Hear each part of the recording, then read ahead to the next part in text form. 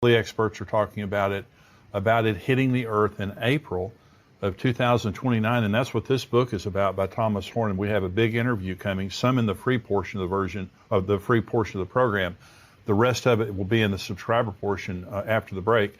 But he's written this book called The Messenger, and this goes into detail now about what the experts are saying, and that is there is an asteroid, a major asteroid on the way to Earth. And many of the leading experts are saying it's going to hit the Earth on April the 13th, 2029. And so Dr. Thomas Horn is going to be talking about what that means related to the end times and when the beginning of the tribulation would occur. So stay tuned for that. Let me just kind of talk us up to the point of the interview with Dr. Horn. I've been talking about the book of Revelation, and there are basically 21 judgments. There are more than that actually in the book of Revelation, but you have the 7 seal judgments, and we've talked about that, the 7 trumpet judgments and the 7 bowl judgments, and they get worse. Now, they start out really bad. Some people ask, does the tribulation begin with, not too much bad stuff happening, and then there's the great tribulation? That Jesus is the one that told us in the middle of the tribulation, when the abomination of desolation occurs, he said the second part of that is great tribulation such as never occurred on the earth. And so the last 3.5 years is definitely worse than the first 3.5 years, but the first 3.5 years are very, very severe. The first seal that is broken, there's a rider on a white horse, that's the Antichrist, and he has a bow, he's making war, he goes out to conquer and to make war. Then there's the rider on the red horse, that's the second seal that's broken. Peace is taken from the earth and men kill each other. Okay. The third seal is the rider on the black horse, and it says that there's famine and starvation. It takes an entire day's wage to buy enough food to survive that day. The fourth seal is broken, and it's the pale horse. A fourth of mankind is killed in different manner, by starvation, by sword, and by wild animals. It's just absolutely awful. The first 4 seals are terrible.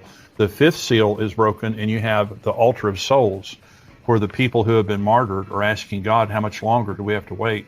And the Lord says to him, there's more coming. There's more people who are going to be martyred. And so you need to wait a little bit longer. What that means is there's going to be mass martyrdom during the tribulation, the Antichrist killing people. Revelation 20 tells us about the people who have been beheaded because they would not worship the beast or take the mark of the beast. So this is mass martyrdom during the tribulation. When the 6th seal is broken, something very interesting happens. And this is kind of a preview of what we're talking about with Wormwood. It says, and I looked when he opened the 6th seal, and behold, there was a great earthquake, and the sun became black as sackcloth of hair, and the moon became like blood, and the stars of heaven fell to the earth as a fig tree drops its late figs when it is shaken by a mighty wind. Then the sky receded as a scroll when it is rolled up, and every mountain and island was moved out of its place. And the kings of the earth, the rich men, the mighty men, the commanders, every slave and every free man hid themselves in the caves and in the rocks of the mountains, and said to the mountains and rocks, fall on us and hide us from the face of him who sits on the throne and from the wrath of the Lamb. For the great day of his wrath has come, and who is able to stand? Well, I want to begin.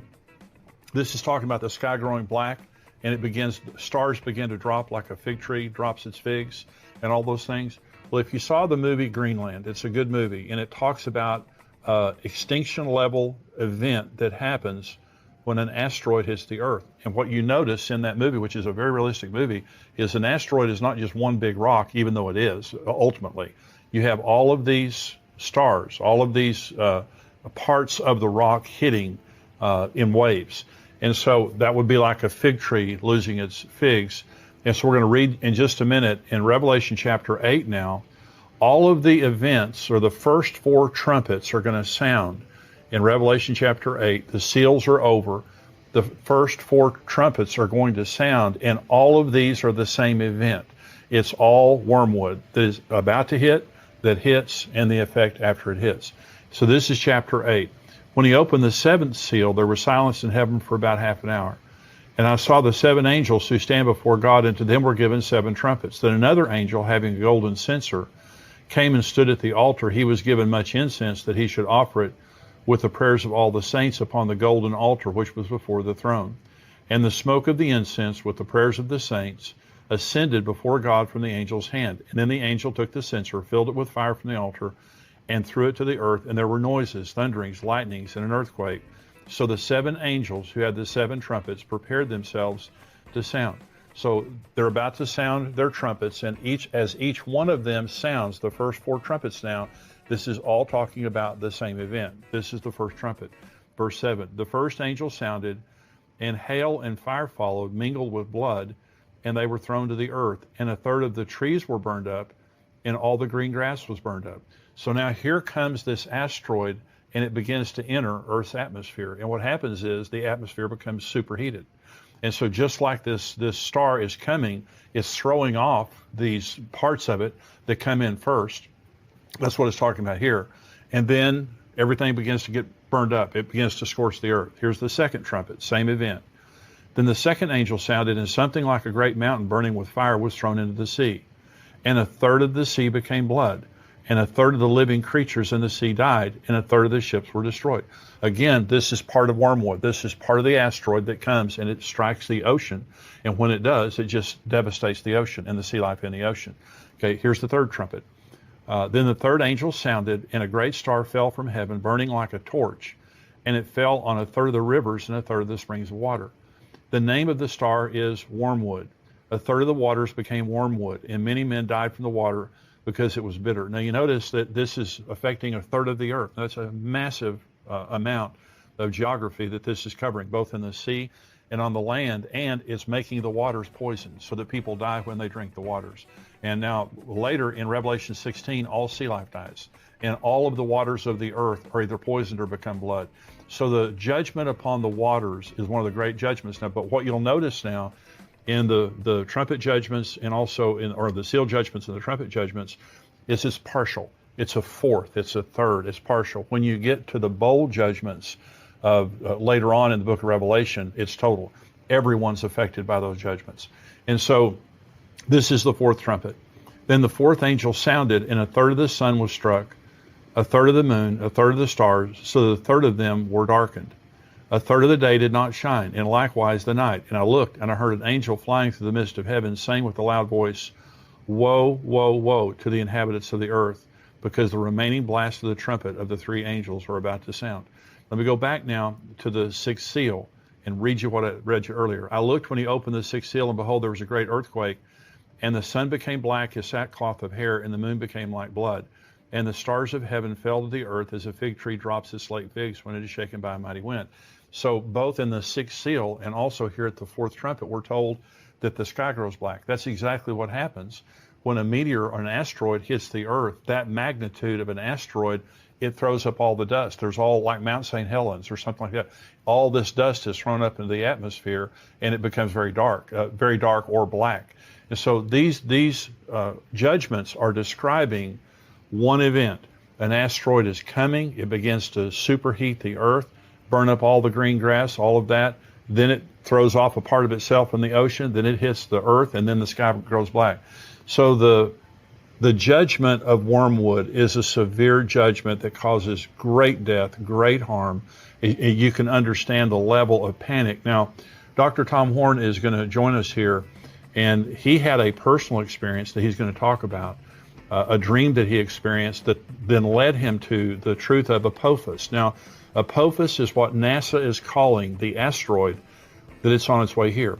And there's some level of disagreement that you'll hear him talk about, that NASA is trying to deny that this is going to hit the earth directly.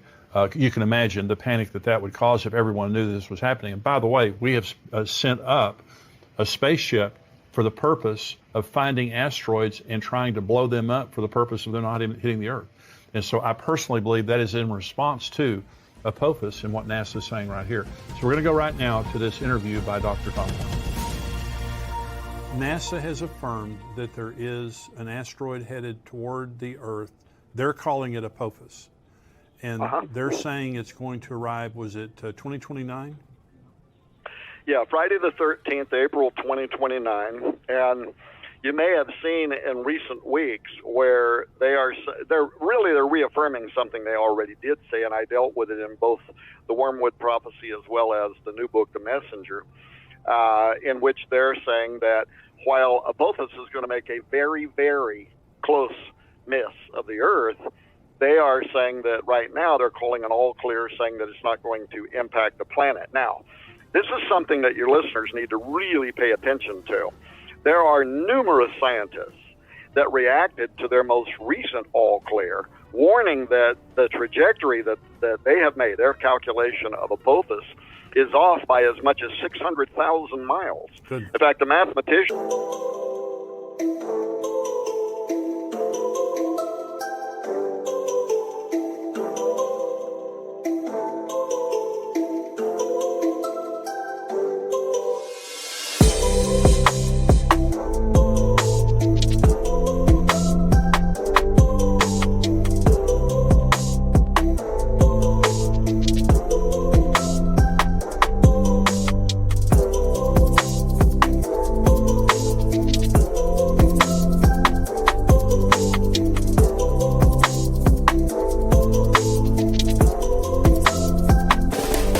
Harry Lear, he implies that Apophis is going to crash into Earth in 8 years from now, and he even went so far as to send a letter to the President of the United States begging him to have the U.S. government scientists cross-check those calculations immediately, because he says that NASA's either playing a game with the trajectory stats or they are just they're intentionally misleading the public.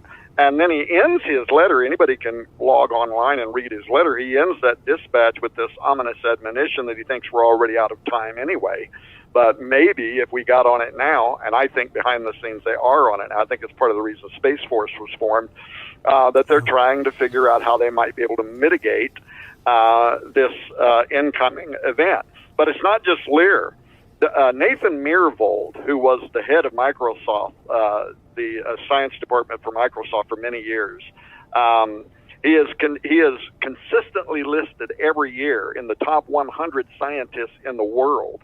And he recently wrote a peer-reviewed paper that I referred to in the books called An Empirical Examination of Wise, Neo-Wise Asteroid Analysis and Results, in which he not only refutes a lot of the data from NASA, he charges them outright with deliberately misreporting threats by these near-Earth objects and of behaving extremely deceptively with deliberate scientific misconduct. So in other words, he is saying this wasn't an accident on part. They are going out of their way to intentionally cover up very real, potentially imminent space threats, including Apophis. And then there's a video on YouTube that anybody can watch right now that's got the famous planetary scientist and the astrophysicist Neil deGrasse Tyson, very popular figure. And he says that on April 13, 2029, I'll quote, this is from the YouTube video, this is a quote, Apophis will come so close to Earth that it will dip below our orbiting communication satellites. It will be the largest, closest thing we have ever observed to come by Earth. The orbit we have for it now is uncertain because these things are hard to measure and hard to get an exact distance for, so we cannot tell you exactly what that trajectory will be. So, and this was the same thing that the astronomer from the Pentagon told me. He said it's absolutely baloney. Well, he used a different word that I won't use. He said it's absolute baloney. He said you can't say that a stone as big as Apophis, and it's a monster, is going to come literally below the satellites, knock out some of the satellites, below the satellites that are in orbit around this planet, and yet say with any certitude, but no worry, it's not going to...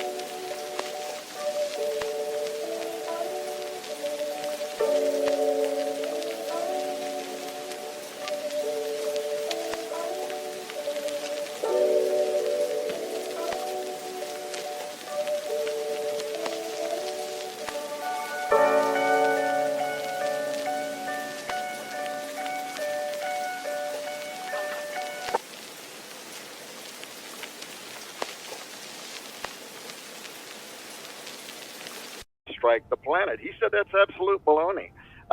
Watch the movie Greenland, where right up until and so you know that in the beginning, NASA, they're all saying, no worries, it's just going to skim past, no big deal, take pictures, draw cartoon pictures of it. And then all of a sudden, everybody starts heading for cover. And that is what many of these people believe is going to happen with Apophis. Now, why would NASA be covering that up? Well, it's really obvious, because it would create mass panic. And maybe meanwhile, they might come up with some way to mitigate the incoming of that asteroid. Well, they're sending a spaceship up right now to blast an asteroid. They are. Yeah. That's exactly right, and that's the reason why they are doing that. Well, that's a fascinating interview. I hope that you enjoyed that. Now, we have more of it coming, about 10 more minutes of that interview coming up in the subscriber portion. If you're not a subscriber, please become a subscriber. endtimes.com is where you go to subscribe. It's $7 a month, $77 a year. As a monthly subscriber, you get the first month for free. So if you want to just check it out, become a monthly subscriber. It's free for the first month. If you don't want to continue, fine. And if you do, that's great also. But become a subscriber. If you're not a subscriber, I'm going to say goodbye to you. If you are a subscriber, we're going to take a short break here, and we'll be back with more of the interview from Dr. Tom Horn, and I'm also answering questions.